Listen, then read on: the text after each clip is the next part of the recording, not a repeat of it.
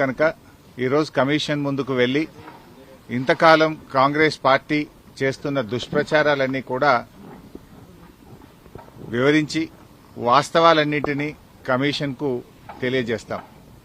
So మా దగ్గర ఉన్నటువంటి పూర్తి సమాచారం అన్ని విషయాలను కూడా కమిషన్ దృష్టికి తీసుకువెళ్తాం. గత కొంతకాలంగా కొంతమంది వ్యక్తులు, కొన్ని పార్టీలు వాళ్ళు ఉద్దేశపూర్వకంగా బీఆర్ఎస్ పార్టీ మీద రాజకీయ కక్షతో బురద జల్లేటువంటి ప్రయత్నం చేస్తా ఉన్నారు. వాస్తవానికి ఒక ప్రభుత్వం విద్వేషంతో కాదు ఆలోచించాల్సింది, వివేకంతో ఆలోచించాలి, విజ్ఞత ప్రదర్శించాలి. కానీ నేడు కాంగ్రెస్ ప్రభుత్వం విద్వేషంతో, రాజకీయ దురుద్దేశంతో మా మీద బురద జల్లాలని ఇవాళ రాష్ట్రానికి అన్యాయం చేస్తున్నారు. ముఖ్యంగా రైతులకు అన్యాయం చేసే ప్రయత్నం చేస్తా ఉన్నారు.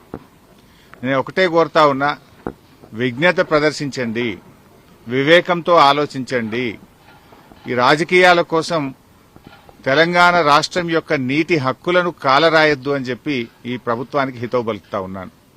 సరే, అంతిమంగా ఎందుకంటే మాకు రాజ్యాంగం మీద, దేవుడి మీద నమ్మకం ఉన్నటువంటి పార్టీ, అంతిమంగా న్యాయం గెలుస్తుంది, ధర్మం నిలబడుతుంది, వాస్తవాలు ప్రజలకు అర్థమవుతాయి.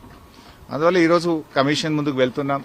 కమిషన్ మమ్మల్ని అడిగిన ప్రతి ప్రశ్నకు పూర్తి స్థాయిలో సమాధానాలన్నీ కూడా చెప్తాం, వాస్తవాలన్నీ కూడా వివరిస్తాం.